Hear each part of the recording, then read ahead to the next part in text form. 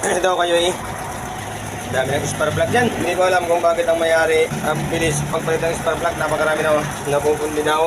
Ngayon, dinagyan ko muna ng aking spark plug. Tumino na ang minor. Wala na yung backfire. Yung number 1 pala. Shorted ang spark plug. Wala nang backfire. Okay na. Pero nakakapagtaka. Bakit? Yung bilis. Nasira na ang spark plug niya. Ngayon, ito kayo eh. Hininan ko yung kanyang wiring. Pabulo ng CDI. Hindi ko alam bakit pinag-short ko ng gumawa. Kasi ang alam ko, ang tama yung wiring dito, may positive. At saka mayroong papuntang ignition coil. Ngayon, bakit pinag-short nila to? Baka isa to sa nag-go-cold. Kasi napaka-imposible naman. May mga platinum pa nga dyan. Bakit bilis mapundi yung kanya spark plug? Ngayon, tatry kong pag-iwalayan to kayo eh. Kasi hindi ko alam sa ibang electrician kung pwede magtamahin yan. Pero ang alam ko may tamang wiring yan. Susubukan ko yan, i-wiring ko siya ng maayos. Yung talagang may positive from ignition switch at saka yung sa from ignition coil.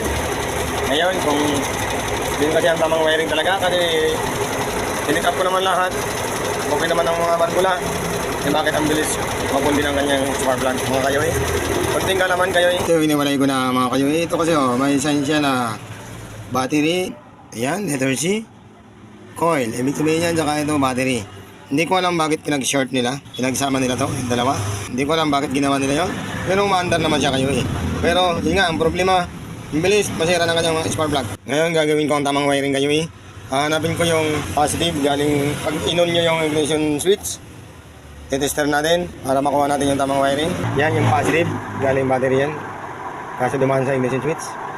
Yan tayo ang kukuha papuntang positive ng ating CDI.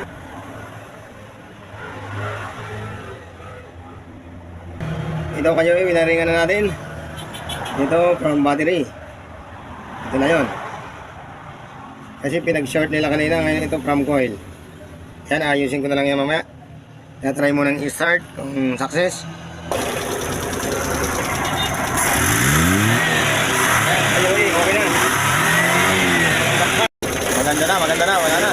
Ayusin ko na lang yan. Para tumaganda ang spark.